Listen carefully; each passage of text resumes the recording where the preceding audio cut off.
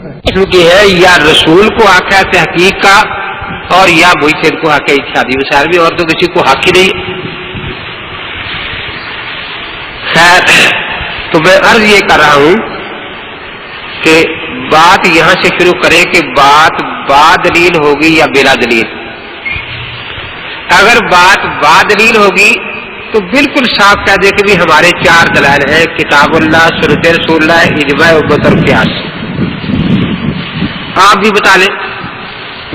اب وہ یا کہے گا جی صرف قرآن، اگر وہ اپنے آپ کو اہل قرآن کہلاتا ہے، یا کہے گا جی قرآن حدیث، قرآن حدیث بس۔ تو اب ان سے یہی ان کو سمجھانا ہے کہ اللہ کے بندو، ہمارے اگرچہ دلائل چار ہیں لیکن پہلے دو ہمارے بھی ہوئے جو آپ کہہ رہے ہیں، کتاب و سنت۔ اب ہم آپ سے کچھ چھڑوانا نہیں چاہتے کہ بھی آپ قرآن چھوڑ دیں یہ ہم کبھی نہیں کہیں گے، آپ سنت چھوڑ دیں یہ ہم کبھی نہیں کہیں گے۔ آپ ہم سے اجماع اور قیاس چھڑوانا چاہتے ہیں، اس لیے سوالات کا حق اب ہمیں ہوگا کہ جو مسائل ہم اجماع سے لیتے تھے آپ وہ ہمیں قرآن بھی اس میں دکھا دیں، اجماع چھوڑ دیں گے۔ جو مسائل ہم قیاس سے لیتے تھے آپ ہمیں ان مسائل کا حل صاف صاف قرآن بھی اس میں دکھا دیں، ہم قیاس چھوڑ دیں۔ اب آپ کے ساتھ ہمیں تو ضرورت پوری کرنی ہے نا، بس نماز کا حکم قرآن میں ہے، آپ نماز کا مکمل طریقہ ہمیں صرف قرآن حدیث میں دکھا دیں کہ شرائط کتنی ہے نماز کی، ارکان کتنے ہیں، واجبات کتنے ہیں، سنتیں کتنی ہیں، مستحبات کتنے ہیں، مباحات کتنے ہیں، مکروہات کتنے ہیں، مفسدات کتنے ہیں، ہمیں پوری نماز آ جانی چاہیے۔ آپ صرف قرآن سے دکھا دیں، ہم صرف قرآن پر، اب وہ ہماری ضرورت پوری ہو جائے گی۔ آپ قرآن حدیث سے دکھا دیں، ہم دونوں اجماع چھوڑ دیں۔ تو پہلے ہوتا ہے، عقل بھی یہی کہتی ہے، احساس ضرورت پیدا کرنا، کہ ضرورت کا احساس پیدا ہو کہ کسی اور دلیل کی ضرورت بھی ہے۔ چنانچہ خود رسول اقدس نے فرمایا کہ ایسے لوگ پیدا ہوں گے جو کہیں گے ہمیں قرآن کافی ہے، سنت کی ضرورت نہیں۔ اب ہمارے پاس کوئی آئے وہ کہے جی سنت کی ضرورت ہے، ہم آیتیں پڑھتے ہیں، اس کو آیتیں سناتے ہیں، وہ آیتیں اللہ کے پاک پیغمبر کو ہم سے زیادہ آتی تھی، لیکن آیتیں پڑھ کر بات وہی کرے گا جو پڑھا لکھا آدمی ہوگا۔ اللہ کے نبی پاک چاہتے ہیں کہ میری امت کا ان پڑھ سے ان پڑھ بھی اس فتنے میں مبتلا نہ ہو، اس لیے آپ نے آیات نہیں فرمائی کہ اطیعوا الرسول سنانا، قل ان کنتم تحبون اللہ فاتبعونی یہ سنانا، یہ نہیں بتایا۔ فرمایا ان سے ایک سوال پوچھنا کہ گدھا حلال ہے یا حرام، کیونکہ گدھا دنیا میں موجود تو ہے نا۔ اب اس کا ہمیں پتہ ہونا چاہیے یہ حلال ہے یا حرام۔ قرآن پاک کو کہے کافی ہے تو دکھا دے کہ اگر قرآن میں گدھا حلال لکھا ہے وہ آیت سنا دے کون سی ہے، اگر حرام لکھا ہے وہ آیت سنا دے۔ تو ظاہر ہے کہ قرآن پاک سے وہ گدھے کا حکم نہیں بتا سکتے۔ اب ان کے ذہن میں ایک احساس پیدا کیا گیا کہ دیکھو یہ گدھا نظر آ رہا ہے لیکن اس کے حلال حرام ہونے کا کوئی ذکر قرآن پاک میں موجود، تو کوئی اور ماخذ ہمیں تلاش کرنا پڑے گا جہاں سے اس کے حرام حلال کا پتہ چلے۔ تو جب احساس پیدا ہوگا ضرورت کا تو پھر اس ماخذ کا تلاش ہوگی نا، تو کہاں سے پتہ کرے؟ اب پتہ چلے گا کہ سنت بھی ایک ماخذ ہے دین کا۔ تو حضرت پاک نے ہمیں یہی طریقہ سے سکھایا کہ جو آپ سے سنت چھڑانا چاہتا ہے اس کو آیتوں سے قائل کرنے کی ضرورت نہیں، اس کو سوالات کرو، جو مسئلے قرآن میں نہیں وہ اس سے پوچھو، وہ سنت سے دکھا دے، قرآن سے دکھا دے، ہم سنت کی طرف نہیں جائیں گے۔ تو اسی طرح میں ایک گاؤں میں گیا، وہاں جلسہ ہو رہا تھا غیر مقلدوں کا، بڑا شور تھا، میں تو گیا تھا کسی تعزیت کے سلسلے میں، تو پھر یہی طریقہ میں نے رکھا، لڑکے میں نے 2-3 بلائے کارن کے، میں نے کہا بھی جاؤ اور شور نہیں کرنا، شرارت نہیں کرنی، بس صرف چٹ لے کر دینا ہے کہ بھینس کو عربی زبان میں کیا کہتے ہیں۔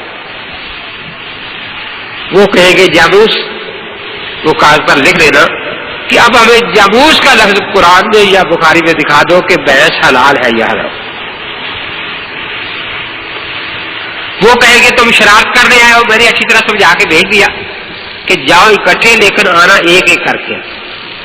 وہ گئے، تقریر ہو رہی تھی، فقہ ساری غلط ہے، ہر مسئلہ آج قرآن حدیث سے حل ہوگا، قرآن اور بخاری سے۔ اب عوام کو متاثر کرنے کے لیے ایسی باتیں عجیب ہوتی ہیں، کہتے تو ہدایہ لے کے آ، میں بخاری لے کے آتا ہوں، تو قدوری لے کے آ، میں ترمذی لے کے آتا ہوں۔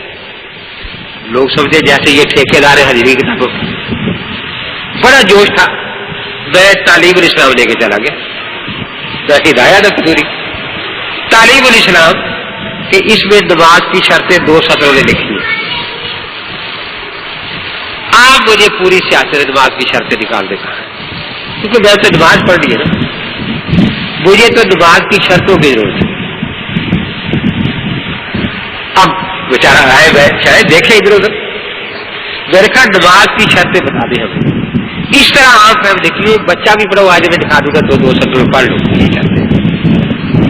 ابھی کافر مسلمان کی ہو تو میں اسے دوں گا بھی یہ 2 شرطیں آپ کو پوری کر لو، 2 سطروں میں کپڑے دھو لو، غسل کر لو، پھر نماز پڑھ لی۔ اب جناب دوسری طرف ہو گیا، امام ابو حنیفہ کو 3 حدیثیں ملی تھی، امام بخاری کو 6 لاکھ میں کہا اللہ تعالیٰ انہیں بہت اجر دیں گے جو 6 لاکھ حدیثیں اکٹھی کی، لیکن ہم تو اس کے پاس جائیں گے جو 3 حدیثوں سے پوری نماز سکھا گیا ہمیں، اور تو نماز پڑھنی ہے نا، ہم نے تو نماز پڑھنی ہے۔ وہ جو 6 لاکھ والا ہے وہ 1 رکعت کا طریقہ ہمیں سکھا کے نہیں گیا،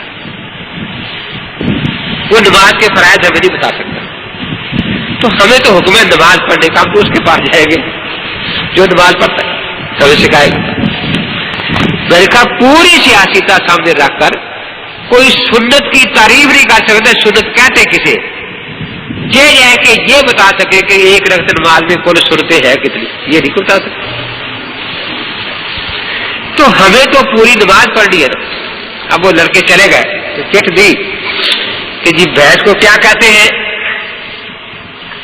اس نے سپیکر والے سے کہا ذرا سپیکر بند کر دو، بند کر دیا کہ بھی بھینس کو جاموس کہتے ہیں، جاموس۔ سپیکر کھول کر کے نہیں بتاتے کہ تو شرارت کے لیے کہ شرارت کے لیے نہیں، ضرورت ہے ہمیں کہ بھینس کا پتہ چلے حلال ہے یا حرام۔ پہلے ہم یہ ضرور کر رہے تھے، پوری بہتی زیور میں لکھا تھا بھینس حلال ہے، وہ فقہ کی کتاب میں، آج بار بار کہ فقہ غلط، فقہ غلط، فقہ غلط۔ آج 100 میں سے 98% لوگ نماز نہیں پڑھتے، لیکن بحث کی ضرورت 100% لوگوں کو، ہر آدمی کو ہے۔ اس لیے بڑا اہم مسئلہ ہے، ہمیں پتہ چلنا چاہیے کہ بحث حلال ہے یا حرام۔ تو آپ ہمیں قرآن پاک سے کوئی آیت پڑھیں کہ جاموس حلال ہے یا حرام، یا نبی پاک کی حدیث سنیں۔ سپیکر تو بند تھا، لیکن سچی بات یہ ہے کہ جاموس کا لفظ نہ قرآن میں ہے نہ کہیں سیاستہ میں۔ ہم اس کو حلال کہتے ہیں لیکن قیاس سے حلال کہتے ہیں، قیاس۔ اب دیکھو نا، سوال کرنے سے ان کو پتہ چلنا کہ یہ، اب وہ لڑکے کالج کے تھے، میں نے سمجھا کے بھیجے تھے، انہوں نے کہا کہ مولوی صاحب سچی بات چھپانی چاہیے، بتانی چاہیے کہ بتانی چاہیے، آپ سپیکر کھولیں۔ پہلے یہ کہیں کہ بھئی اشتہار میں غلطی سے اہل حدیث کا لفظ لکھا گیا تھا، 11 دفعہ ہم اہل قیاس ہیں، ہم اہل قیاس ہیں، ہم اہل قیاس ہیں، ہم اہل قیاس ہیں، اور پھر کہیں کہ بھی ہم قیاس سے بھینس کو حلال کرتے ہیں۔ نہیں میں نے تمہیں بتا دیا ہے، اچھا قیاس کس پر آپ کرتے ہیں کہ گائے پر؟ کہ قیاس میں کوئی علت ہوتی ہے، علت کیا ہے کہ اس کے بھی 4 ٹانگیں، اس کی بھی 4 ٹانگیں، اس کی بھی 2 آنکھیں، اس کی بھی، تو ورثہ اگر قیاس اتنا ہی سچا تو پھر تو آج کتیاں بھی حلال ہو جائے گی، اور میری بیوی نکاح سے میرے لیے حلال ہوگی، آپ کی بیوی قیاس سے میرے لیے حلال ہو جائے گی یا نہیں؟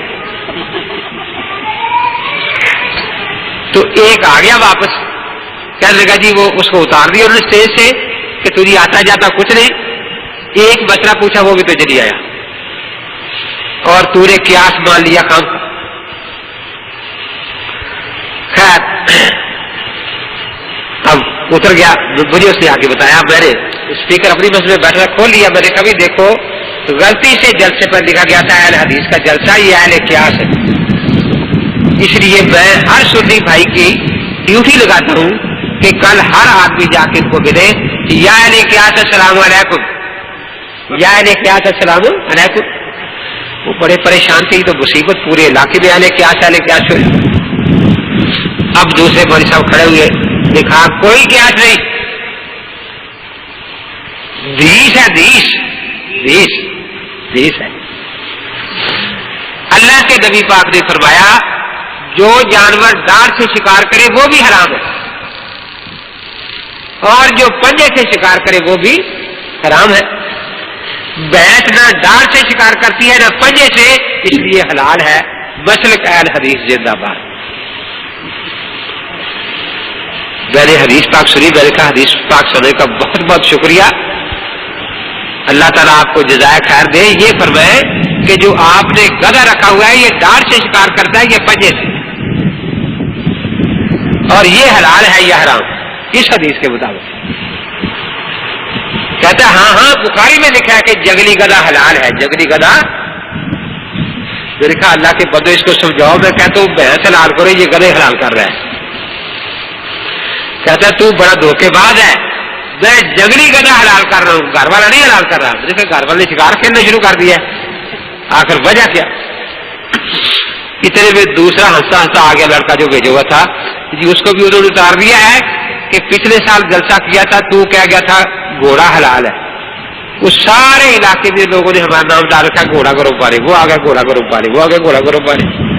اس دفعہ تو نے گدھا حلال کر دیا, ہر سال جلسے میں کوئی نئی مصیبت ڈال کے جاتا تھا. اب پھر تیسرے مولوی صاحب کھڑے ہوئے کہ بھائی سچی بات یہ ہے کہ ہمارے پاس اس مسئلے میں حدیث نہیں, قیاس ہے. اور قیاس یہ ہے, علت یہ ہے کہ جس جانور کے سم چرے ہوئے ہوں, کھر یا سم پتہ نہیں آپ کیا کہتے ہیں, چرے ہوئے ہوں وہ حلال ہے.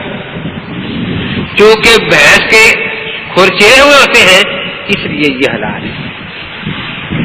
میں نے کہا بھائی اگر بات قیاس کی ہے تو پھر قیاس والوں کے لیے چھوڑ دو, جس کا کام اسی کو ساجے اور کرے تو ٹھیک ہے. پھر ہم کوئی تحدید سے پوچھ لیں گے آپ نے جو علت بیان فرمائی اگر یہ صحیح ہے تو بھینسیں ساری ہماری مدد سے بھیج دو, اور خود خنزیریاں لے آؤ دودھ پینے کے لیے, کیونکہ اس کے بھی کھر چرے ہوئے ہوتے ہیں.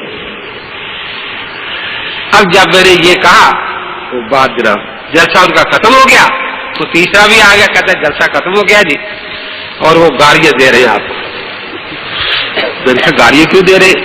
پھر میں نے اپنی بس میں یہ شروع کر دی کہ ایسے موقع پر فقہا کی قدر کا پتہ چلتا ہے کہ فقہا کتنا بڑا کام کر کے گئے.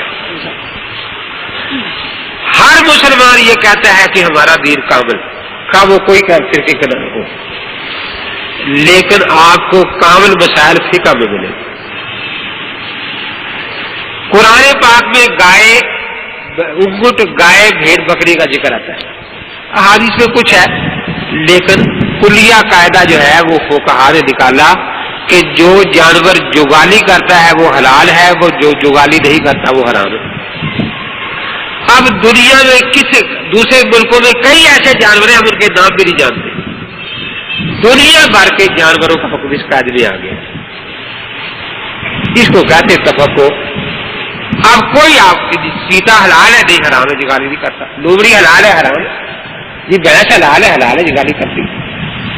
تو اس کو کہتے ہیں فقہ کہ کتاب و سنت سے پہلے ایک قاعدہ نکال دیں. اس قاعدے میں جیسے حساب کا قاعدہ 981 ہے, قیامت تک جتنے سوال اس قاعدے سے متعلق ہے سارے اس قاعدے میں آ گئے. قیامت تک جتنے بھی 9 کے 9 سے ضرب دینے والے سوال ہوں گے وہ سارے اس قاعدے میں آ چکے ہیں. اسی طرح جس طرح حساب کے قاعدے میں قیامت تک پیش آنے والے سوالات آ چکے ہیں, وہی ایسا قاعدہ تلاش کرتا ہے قیامت تک جو مسائل پیش آئیں گے اس قاعدے سے متعلق وہ سارے اس قاعدے میں آ جاتے ہیں. اس لیے میرے کام بوئی کے پاس جاتے ہیں اور بوئی ہمیں سمجھا دیتا ہے.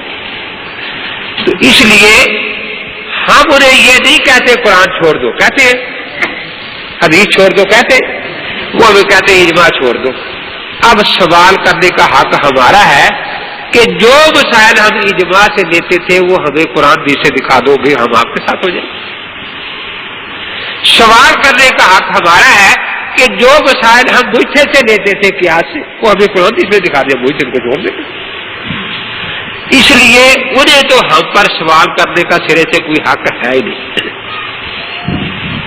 کیونکہ ہم ان سے کوئی چیز چھڑوا نہیں رہے کہ ان کو کوئی ضرورت پڑے جو اس سے پوری کرتے تھے قرآن سے، اب ہم چھڑوا رہے ہیں کسی اور کو، سننے سے پوری ہم چھڑوا رہے ہیں، وہ ہم سے چھڑواتے ہیں۔ اس لیے ہم میں نہیں بیار کا گیا تو 6 مولوی صاحبان آ گئے، کتابوں کی گاڑیاں باندھی، مناظرہ ہوگا جی تو بہت اچھا ہو جائے گا۔ جب میں نے کہا ہو جائے گا تیرے ساتھ نہیں ہوگا، کیوں کہ تو پرائمری اسکول کا ماسٹر ہے۔ میں نے کہا کسی حدیث میں آ گیا کہ ماسٹر سے مناظرہ جائز نہیں، تو مجھے دکھا دو، پھر میں مولوی صاحب کی مدد کروں گا کہ مولانا آپ مناظرہ کر لیں، مجھے تو حدیث پاک نے منع کر دیا۔ مناظرہ کس بات پر کرنا ہے؟ تقلید پر۔ تقلید پر تقلید عربی کا لفظ ہے، یہ بیچارے سارے پنجابی بیٹھے، تو اس کا مطلب سمجھاؤ کیا ہوتا ہے تاکہ پتہ چلے کہ یہ بری چیز ہے باقی یہ اچھی چیز ہے۔ تقلید کہتے ہیں دین کا کوئی مسئلہ امتی سے پوچھا جائے اور وہ امتی صرف مسئلہ بتا دے، ساتھ قرآن کی آیت کوئی نہ پڑھے دلیل میں، یا اللہ کے نبی پاک کی حدیث بطور دلیل نہ پڑھے، بغیر دلیل پوچھے اس مسئلے پر عمل کر لینا، اس کو تقلید کہتے ہیں۔ میں نے کہا اچھا، میں نے کہا حضرت عثمان رضی اللہ عنہ نبی تھے یا امتی تھے؟ امتی تھے۔ انہوں نے جب ایک اذان زائد کی اعلان کیا کہ بھئی ایک اذان پہلے بھی کہا کرو جمعے کی، کی تھی بخاری میں ہے کہ ہے، میں نے کہا کون سی آیت سنائی تھی لوگوں کو کہ اس آیت میں اس اذان کا حکم ہے؟ کون سی حدیث سنائی تھی کہ کوئی نہیں سنائی تھی؟ میں نے کہا سب صحابہ نے مان لیا کہ مان لیا۔ میں نے کہا یہ حضرت عثمان کی تقلید شخصی ہوئی یا نہ ہوئی؟ اب آپ کے ہاں تو تقلید شرک ہے نا، تو حضرت عثمان یہ سارے صحابہ مشرک بنے یا نہ بنے؟ مشرک تو میں نہیں کہتا، غلطی کی سب نے۔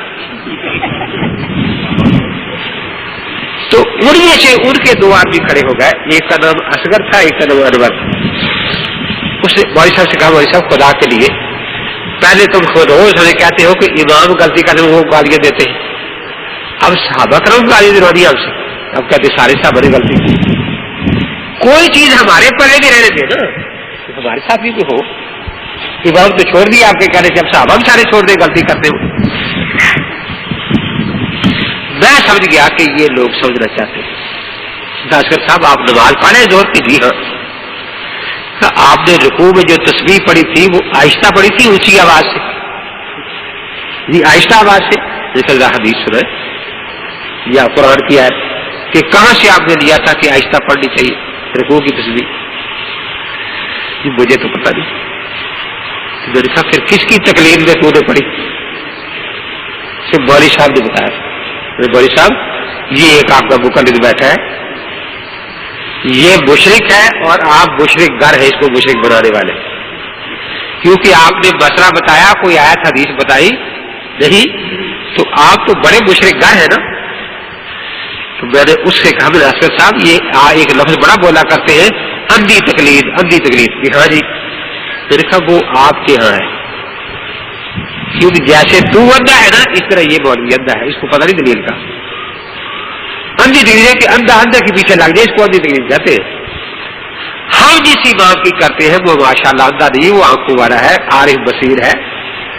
اس لیے دیکھو میں تمہیں دکھا رہا ہوں کہ تو اندھا مقلد ہے، تو بھی اندھا ہے، یہ بھی اندھا ہے، نہیں اس کو حدیث حضرت وجہ آتی ہے۔ اوکے مولوی صاحب حدیث سناؤ، تحقیق کریں گے، تحقیق کریں گے۔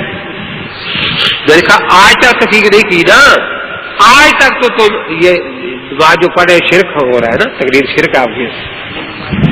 تو میں نے کہا یہ بھی کہو کہ ہم کل سے پچھلی ساری نمازیں بھی قضا کریں، تحقیق جب ہو جائے گی کہ بوڑھے آدمی اتنا بوجھ نہ ڈالو کہتا ہے میرے خیال جب تحقیق کرنی ہے تو نماز کے جو رول مسئلے پیش آتے ہیں یہاں یہ بھی سمجھو، ہم ان سے جب بھی مسئلہ پوچھتے ہیں، حدیث کو پوچھتے ہیں، وہ مسئلہ جس پر ان کا عمل ہے وہ پوچھتے ہیں.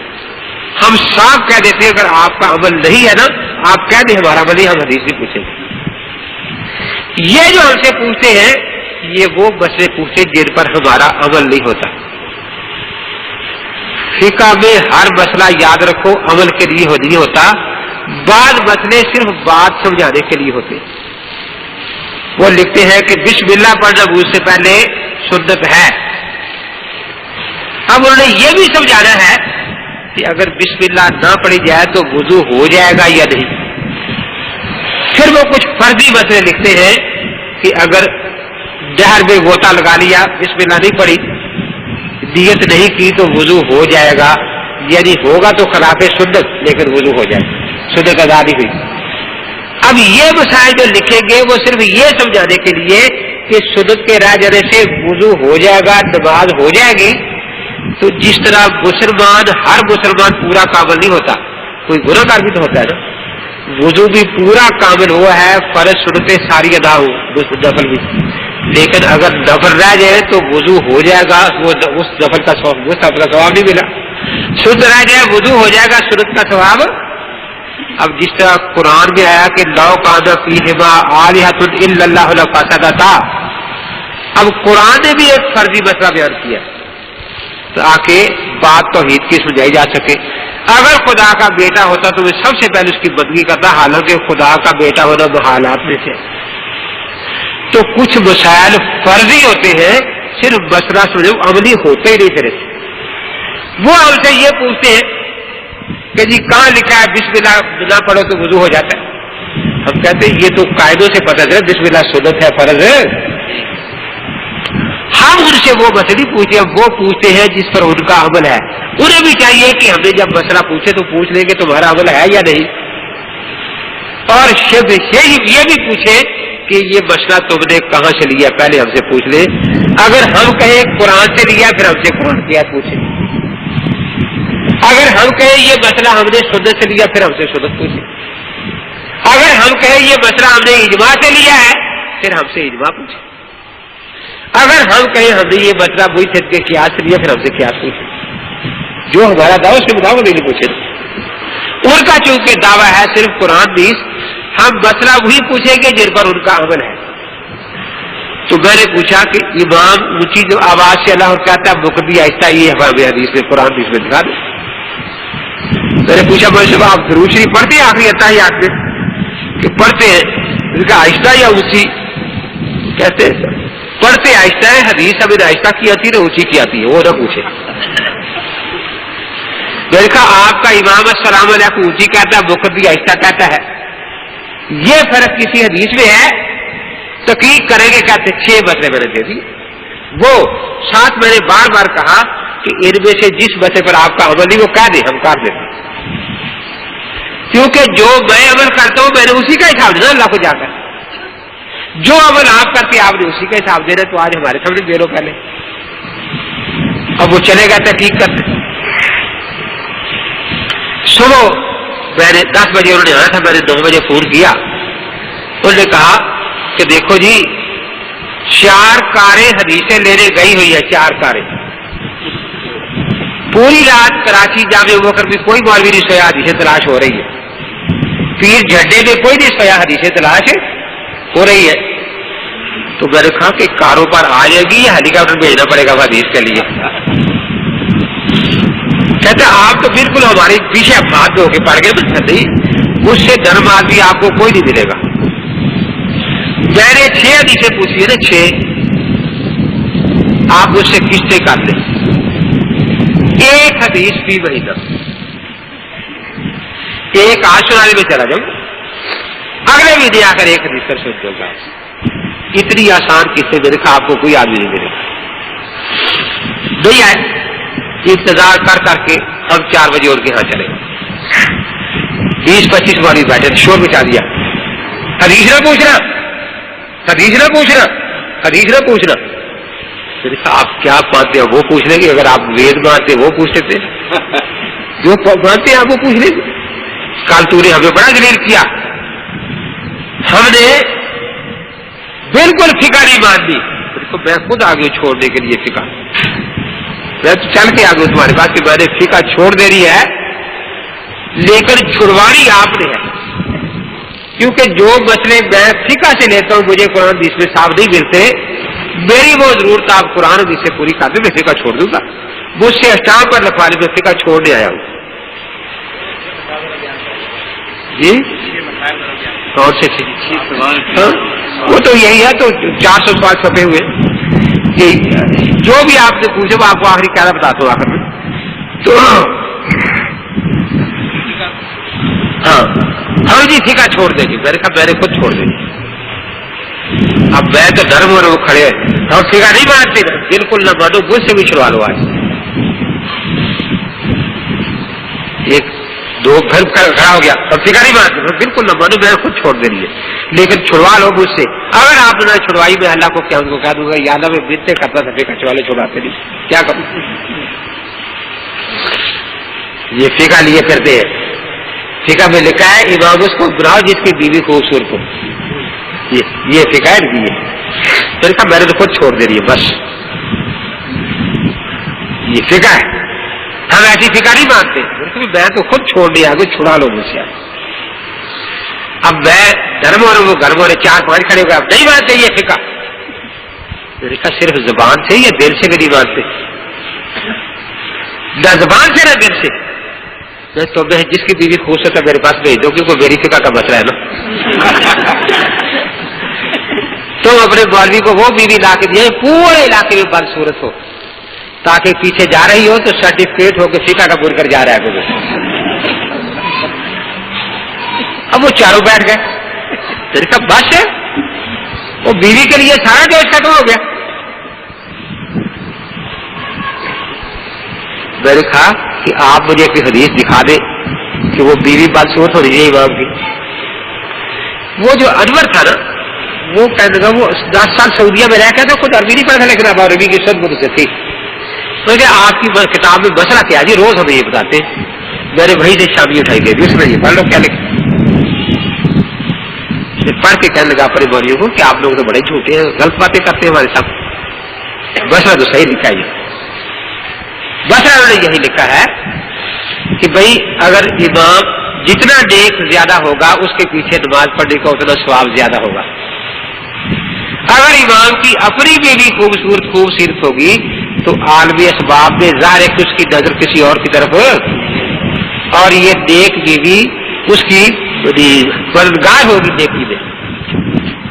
تو یہ بات تو صحیح ہے بالکل، اس میں تو کوئی ایسی بات نہیں ہے.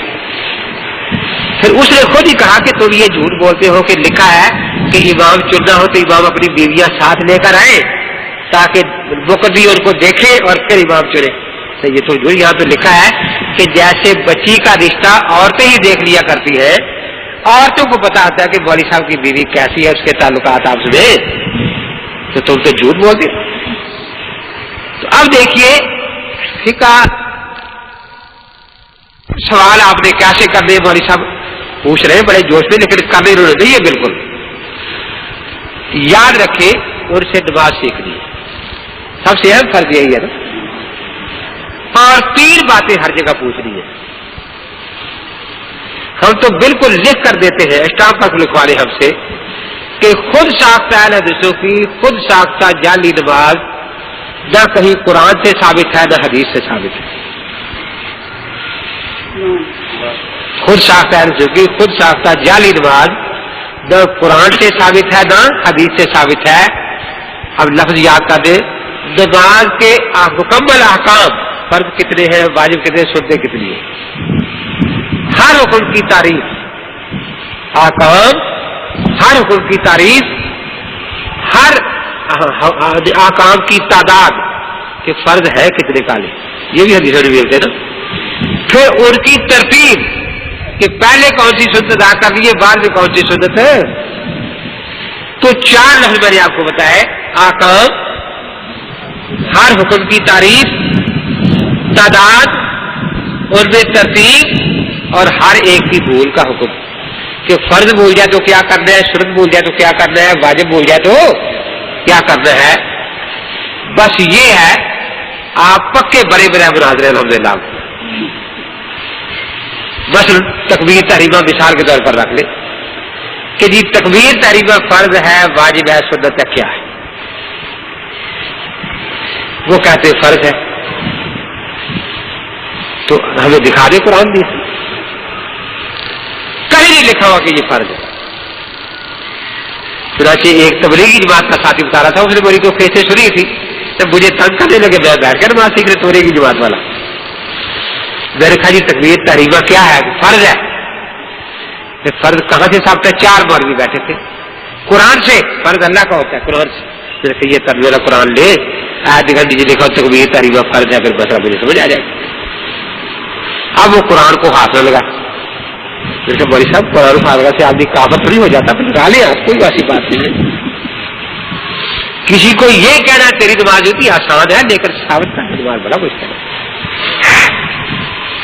دوسرا مولوی سے لڑ پڑا، تو نے کیوں فرض کہا ہے؟ اس نے کہا تو کیا کہتا ہے؟ سنت ہے یہ تکبیر تحریمہ.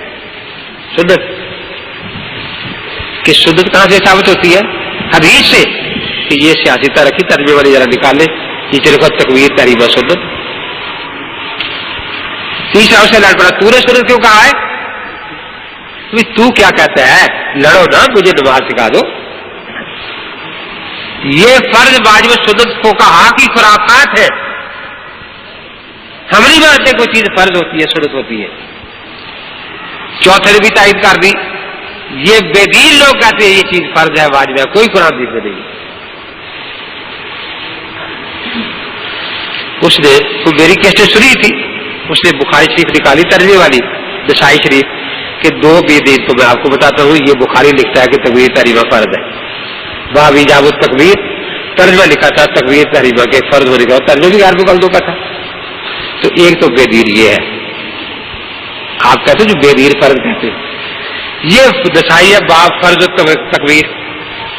تو ایک بے دین یہ ہے، آپ لکھ دیں یہ دونوں بے دین ہے. پھر میں اور بے دین بھی آپ کو دکھاتا ہوں کتنے ہیں.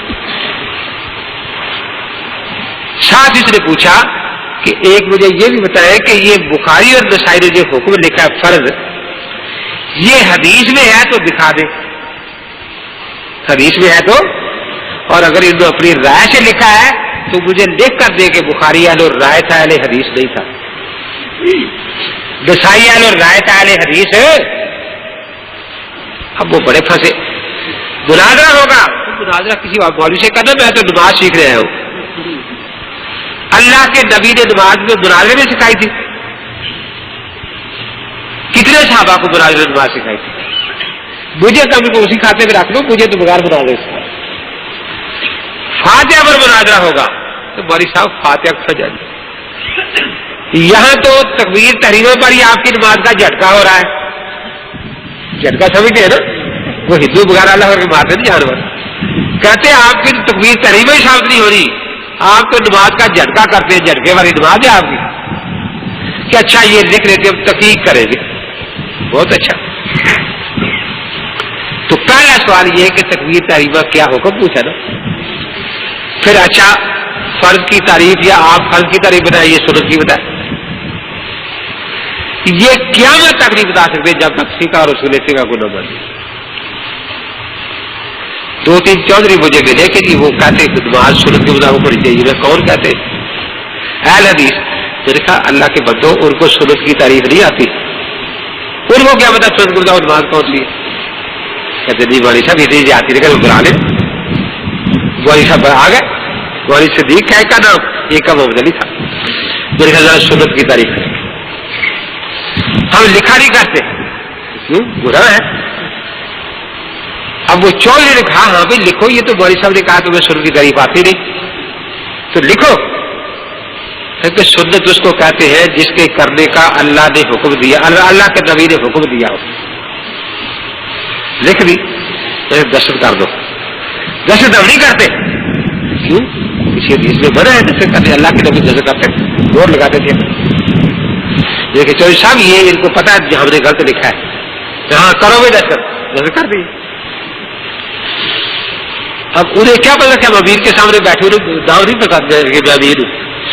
میرے خیال یہ تعریف آپ نے, آپ کہتے ہیں اہل حدیث کے دو اصول, فرمان خدا فرمان رسول. اگر تو یہ تعریف قرآن سے لی ہے تو قرآن کی آیت نیچے لکھ دو کہ اللہ نے ہمیں بتایا کہ سنت کہنا اللہ کے نبی کے حکم کو, میرے نبی کے حکم کو. قرآن میں نہیں ہے, میرے کہا حدیث میں ہے. حضور نے فرمایا کہ سنت کہنا میرے حکم کو جس کا میں حکم دوں. حدیث میں بھی نہیں ہے. میں نے کہا پھر یہ کہاں سے دیا آپ نے؟ اور پھر اونچی آمین کا حکم ہے کہیں؟ جب میں نے پوچھا اونچی آمین کا حکم ہے, پھاڑ دیا, وہ لکھا ہوا تاریخ پھاڑ دی. چودھری صاحب یہ کیا ہوا؟ غلط لکھی گئی تھی. چودھری صاحب اب بات سمجھ میں آئی نا, ان کو تعریف نہیں آتی. میں لکھتا ہوں پھر لکھو, جو کام حضور پاک نے ہمیشہ کیا ہو خود وہ سنت ہے. میرے ساتھ چوری کی ہے ابن حمام سے, لیکن پھر بھی پورے نہیں ہوئی. میرے کہا یہ قرآن سے دیا تو قرآن کی آیت کا حوالہ لکھو. سمجھ آ رہی ہے بات؟ اس طرح کر دی ان سے. حدیث سے لیا تو حدیث کا حوالہ لکھو. قرآن دی اس وچ کوئی نہیں, قرآن دی اس وچ کوئی نہیں. تو میں نے کہا پھر چودھری صاحب, میرے کہا آپ کے ہاں یہاں اذان اقامت ہوتی ہے اذان نماز سے پہلے کہ ہاں. اس نے طریقے کہ سنت وہ ہوتی ہے جو اللہ کے نبی نے خود ہمیشہ کیا. اللہ کے پیغمبر نے ایک دفعہ بھی زندگی میں خود اذان نہیں کہی, خود اقامت نہیں کہی. اس سے لکھوا لو کہ آج کے بعد وہ اذان اقامت نہیں کہیں گے. وہ پھاڑ دیا, لکھو وہ پھاڑ دیا. پھر میں نے کہا دیکھو یہ حدیث نہیں بنا کر سکے. میں بتاتا ہوں کہ کوئی یہ نہیں کہ اللہ کے نبی کا حکم سنت ہو. میرے کہا بخاری شریف میں ان کو حدیث یاد ہے, حضرت نے فرمایا کہ مغرب سے قبل 2 رکعت پڑھو. پھر فرمایا لمن شاء کراہیت نیت تک الناس سننا. اللہ کے نبی حکم فرما رہے ہیں لیکن اس کو سنت بنانے کو مکروہ فرما رہے ہیں. میرے کہا بھائی صاحب حدیث ہے یا نہیں؟ تو ہم نے جو تعریف کی سنت کی نبی کے حکم کی حدیث کے خلاف ہے. پھر میں نے کہا تو نے جو کہا عمل, ابو داؤد میں ہے کہ حضرت جوتے پہن کر جماعت کرا رہے تھے, آپ نے جوتے اتاری, صحابہ نے اتار دیے. تو میں نے کیوں اتارے؟ حضرت صحابہ سے پوچھا, وہ تو جبریل نے بتا دیا کہ جوتا نہ پا کے میں نے اتار دیا تھا, ہم نے آپ کو دیکھ کر اتار دیے. میں نے کہا حضرت بڑا کیوں کیا تم نے یہ کام؟ سنت کی تعریف کرو, صحیح تو بھی آتی ہے. اٹھ کے چلے گا کہ ہمیں نہیں آتی. ان کے چوری سے آپ پتہ چلا. مجھے ان لوگوں پر حدیث لوگ آپ پر حیرانی ہے کہ جو سنت کی تعریف نہیں جانتے ان کی نماز سنت کے مطابق, اور جو ایک ایک سنت آپ کو بتا سکتی ہے ان کی نماز سنت کے خلاف. اس بات کریں نا کہ ہاں یہ بھی ہم دیکھ تحقیق کریں گے. اسے نا فرض کی تعریف بتاؤ سنت کی. اچھا جی میں آپ کو پتا دکاندار ہوں, میں فرض جماعت سے مقدی بن کر پڑھتا ہوں اور سنتے نفل اکیلا پڑھتا ہوں. تو مقدی اور اکیلا آدمی تکبیر تحریمہ اس کے لیے آہستہ کہنا سنت ہے, اونچی آواز سے آہستہ کہنا سنت ہے. ہاں جی یہ دکھا دیں کسی حدیث میں کہ مقدی کے لیے تکبیر تحریمہ آہستہ کہنا سنت ہے. یہ کہتے ہیں یا نہیں کہتے؟ اکیلے کے لیے آہستہ کہنا سنت ہے, یہ دکھا دیں جی. ہاں یہ بھی حدیث میں نہیں ہے, تحقیق کریں گے, تحقیق کریں گے. تیسرا مسئلہ بھول کا ہے کہ اگر میں بھول کر اللہ اکبر جائے سبحان اللہ منہ سے نکل جائے نماز شروع ہو جائے گی یا نہیں؟ آخر میں انسان بھول جاتا ہوں, یہ جگہ ہو جائے گی, دکھا دو قرآن اس میں. کہتا ہے جھوٹ بولتا ہے, یہ نہیں ہوگی. آپ یہ دکھا دیں قرآن نہیں ہوگی, مناظرہ ہوگا. اللہ کے بتو نماز سیکھ لی ہے, مناظرہ تو میں نے کہا مولوی سے کرنا کسی سے جا کر. آخر وہ چاروں گالیاں کر کے چلے گئے, چلے گئے یہ ساری شرارتیں تجھے ابھی نے سکھائی ہے. کہ تم خود تکبیر تحریمہ نہیں کہتے, وہ تو عمل وہ پوچھا جو تم کرتے ہو, تم اس کی حدیث دیا. تو اب یہ ساری نماز سیکھ لی ہے ان سے. جس دن وہ نماز سکھا دے آپ بالکل غیر مکلف ہو جائیں, کھلی چھٹی. لیکن آپ یقین جانیں یہی شمشاد جس کے سوالات سنا پاتے ہیں، یہی سوالات اس پر میرے قرض ہیں، 3 مناظروں میں سامنے آیا اور آج تک ان سوالات کا جواب نہیں دے سکا. اس لیے پھر انہوں نے طریقہ رکھا ہوا کہ جہاں بھی تقریر ہو رہی ہو نا، پہلے خود سوال مارنے شروع کرتے ہیں تاکہ اپنے جواب میں لگ جائے، ہم سے سوال نہ پوچھے. یہاں بھی دیکھو پہلے نمبر فقہ کا ہے حدیث کا، کیوں جی ان سے پوچھے نا، حدیث کا نا، حدیث کا ہے نا، تو پہلے حدیث سے جواب وہ دیں گے، جو نہ دے سکے پھر ہم دیں گے. بات سیدھی ہے. یا وہ لکھ دے. اب سوال دونوں ہوگا نا، کون پہلے جواب دے، اس کا میں آپ کو طریقہ سکھا رہا ہوں نا کہ پہلے جواب کون دے گا. اگر تو وہ لکھ دے کہ فقہ حدیث سے پہلے ہے تو پھر ہمارے ذمہ جواب ہوگا. اور اگر ساری دنیا مانتی ہے قرآن حدیث فقہ سے پہلے ہے تو پھر پہلے جواب وہ دیں گے. جب وہ جواب نہ دے سکے لکھ کر دے دے کہ ہمیں جواب قرآن حدیث میں نہیں ملا، پھر ہم فقہ سے جواب دیں. تو اس لیے یہ جو جوابات سوالات تقسیم کرتے ہیں، پہلے یہ کہا کرتے تھے یہ ایسا طریقہ ہے. واقعی بحث پر آپ کو مثال دی کہ شانلہ جہید کا بہت بڑا آدمی تھا، فیصلہ دھوبی گھاٹ میں تقریر تھی، ہم نے سوال لے کر بھیجا، محمد رمضان کاتب مولوی صاحب ہیں وہ لے کر گئے تھے کہ وطروں میں جو آپ رکوع کے بعد ہاتھ اٹھا کے قنوت پڑھتے ہیں پھر منہ پر پھیر کر رکوع جاتی ہے، اس کی حدیث سنا. اس نے کہا حدیث ہے. کہاں؟ مشکات کتاب البیوع میں. مشکات کتاب البیوع میں کہ بخاری میں، کہ بخاری کا تو پتہ نہیں. اب وہاں ان کو بڑا آدمی تھا، ان کے شیخ الحدیث بھی بیٹھے اسٹیج پر، شیخ الحدیث. رمضان نے کہا کہ مولوی صاحب آپ یہی چاہتے ہیں نا کہ ابو حنیفہ کو چھوڑ کر اس کے پیچھے لگ جائے شانلہ جہیر کے، جس نے دین کو ایسا تجارت بنایا ہے کہ سوائے کتاب البیوع کے اس کو کوئی باب دین کا یاد ہی نہیں ہے. وہ بڑے شرمندے ہوئے. ہاں علامہ صاحب مذہبی آدمی نہیں، سیاسی آدمی ہے کہ مولوی صاحب یہ تو عیسائی پادریوں کو بھی پتا ہے کہ نماز کا مسئلہ ویو میں نہیں ہوتا اور نماز کے باب میں ہوتا ہے، آپ کا یہ علامہ نہیں جانتا. علامہ نے تقریر بند کر دی، غصے ہو کے چلا گیا. تو دیکھو نا، ایک سوال ایسا ہے اگلے دن یہ چلے گا شاہ الحدیث کے پاس کہ حضرت وہ تو نہیں بتا کے آپ بتائیں. ہاں حدیث تو ہے سننے کو رہا بیکی میں چابی نہیں ہے، اس نے 100 روپیہ کا نوٹ دیا کہ تالا اور لے لیں توڑ لیں. ہمیں تو مسئلہ چاہیے، حدیث کے لیے 100 روپیہ کوئی بات نہیں ہے. کہ آپ جو پیچھے لگ گئے ہمارے، آپ کو یقین ہے حدیث میں کسی نے بتایا تھا سوال؟ یہ امید نے. اس نے بتایا تھا پھر سوال مضبوط ہوگا، وہ کچی بات بھی بتاتا، کہتا کام خراب ہی ہوگا. پھر ہمیں پتہ نہیں، پھر کوئی مناظر نہیں کہتے حدیث سنائے گا، ہمیں نہیں آتی. خون کے ساتھ سورۃ فاتحہ کا طویل سے کا کوئی جائز لکھا ہے. آپ کو کیا تکلیف ہوئی بھائی؟ کس مسئلے پر آپ کو کیا تکلیف ہوئی؟ آپ کے یہاں فاتحہ قرآن نہیں، پہلی بات. آپ کے یہاں خون پاک ہے، پاک چیز سے قرآن لکھنا کہاں بنا ہے؟ کس حدیث میں ہے کہ پاک چیز سے فاتحہ نہ لکھو؟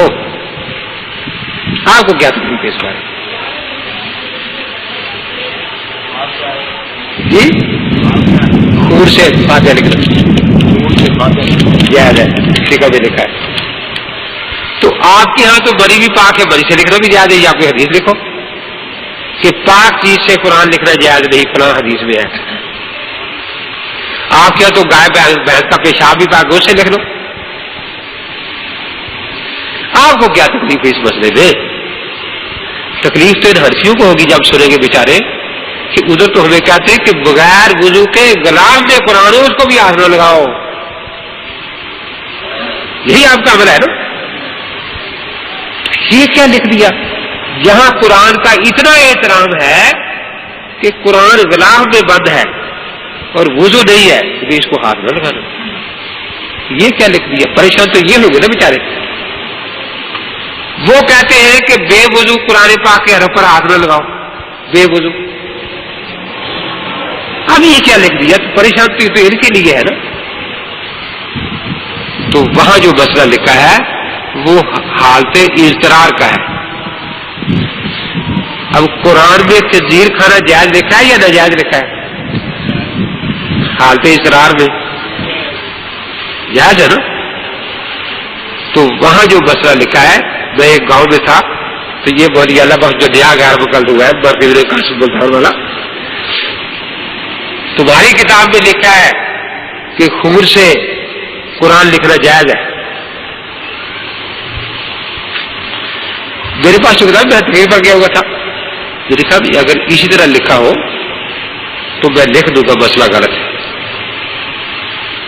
میں لکھ دوں گا مسئلہ غلط نہیں، تو لکھ کے دے ساری فقہ عربی غلط ہے. یہ تو اصول نہیں ہے. اب میں کہوں کہ فرعون جھوٹا خدا تھا تو کوئی کہے سچے کو بھی چھوڑ دو، میں کہوں مرزا جھوٹا نہیں تو کہے سچے کو بھی چھوڑ دو. سچ جھوٹ کا امتیاز تو ہوتا ہے نا. جو مسئلہ غلط ہوگا میں چھوڑ دوں گا، اس میں دوسرے لکھوا رہا ہوں، کوئی بات نہیں. اب وہ یہ سمجھا کہ یہ جو اس نے بات کی اس کو پتہ نہیں ہے، شامی کھول کے کھڑا ہو گیا. پڑھنے لگا میں بڑی سب دوست، جس طرح اوپر باب پڑھو باب التداوی بالمحرم، جیسے قرآن کی آیت کے انما حرم سے شروع ہوتی ہے، یہاں حرام کے لفظ سے مسئلہ شروع ہو رہا ہے. یہاں لکھا ہے کہ عمر سے قرآن لکھنا ایسا ہی حرام ہے جیسے خنزیر حرام ہے، ایسا ہی حرام ہے جیسے شراب حرام ہے، ایسا ہی حرام ہے جیسے مردار حرام ہے. حنفی کھڑی یہاں لکھا ہے، بالکل یہی لکھا. لاؤ میں یہ لفظ دکھاتا ہوں. اب کتاب بند کر دی. یہ اس میں نہیں لکھا، قاضی خاں میں لکھا ہے، قاضی خاں میں لکھا ہے. قاضی خاں دکھا لاؤ. وہ مجھے لانا یاد نہیں رہا، اس کا شاگرد دکھا کے تو نہیں ہے قاضی خاں، اسے گالی دی بدماش، میں جان چھڑا رہا ہوں. اس کا جواب میرے تجلیات صفدر میں عظمت قرآن کے نام سے پوری تفصیل سے میں نے لکھا ہوا. دیکھو اس میں ان میں اور ہم میں بصری میں وہی فرق ہے جو سکھوں میں اور ہم مسلمانوں میں خنزیر کے بارے میں فرق ہے. ان کے یہاں خنزیر بلا اطراء جائز نہ کھانا، ان کے یہاں تو بلا اطراء لکھنا جائز ہے. ان کے یہاں پیشاب بھی پاک ہے، منی بھی پاک ہے اور خون بھی. تو جیسے سکھ بلا اطراء خنزیر کھاتے ہیں نا، ہمارے ہاں تو اضطرار کا مسئلہ ہے. اور اس کے جب شرطیں ہوگی کہ جب تک دو ایسے حکیم جو دیندار ہے وہ نہ کہے کہ اس کے علاوہ اور کوئی چیز نہیں اس کا علاج، تو وہاں یہ بھی آگے لکھا ہے شامی نے اور عالمگیری نے کہ یہاں گنجائش فتویٰ اسی پر ہے کہ یہ نہ کیا جائے، کیونکہ اب تو وقت ہو گیا نا مغرب کا. میں نے وہاں پوری تفصیل لکھی ہے کہ دفعہ زر کے 3 ہمارے ہاں درجے ہیں، یقینی، ظنی، وہمی. یقینی میں یہ ہے کہ ضرور وہ کام کرو، اگر مر رہا ہے بھوکا تو خنزیر کا گوشت 2 بوٹیاں کھا لے تاکہ جان بچ جائے. دوا کے طور پر ہے تو فتویٰ جواز پر ہے، لیکن تقویٰ یہ ہے کہ بچے حرام سے. لیکن یہ تعویذ نام چونکہ وہمی کے درجے میں ہے، اس لیے یہاں فتویٰ یہی کہ اس سے بچنا چاہیے. امام ابو حنیفہ کہتے ہیں کہ ماں یا بیٹی کے ساتھ ہے تو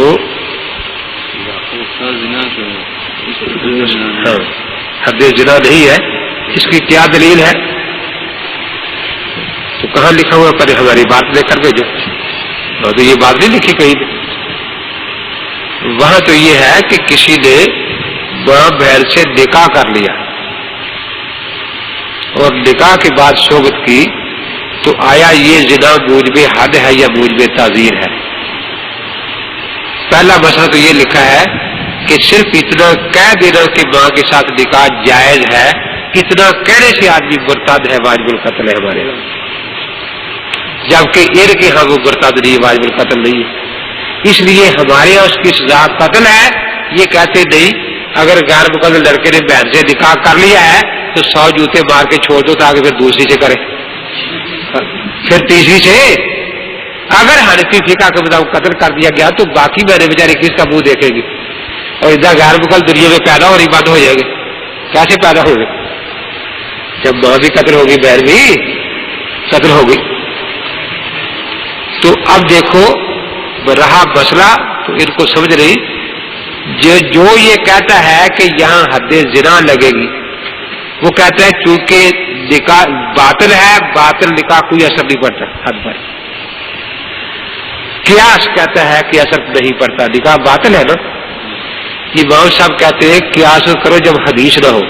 جب حدیث صاف ہے ایما امرأۃ نکحت بغیر اذن ولی فنکاحها باطل باطل باطل. حضرت نے 3 مرتبہ اس نکاح کو باطل فرمایا لیکن حد نہیں لگائی. تو جب حضرت نے حد میں نکاح کا باطل کا اثر قبول کر لیا ہے تو میں اس حدیث سے کیا چھوڑتا ہوں. تو یہ اہل قیاس ہے.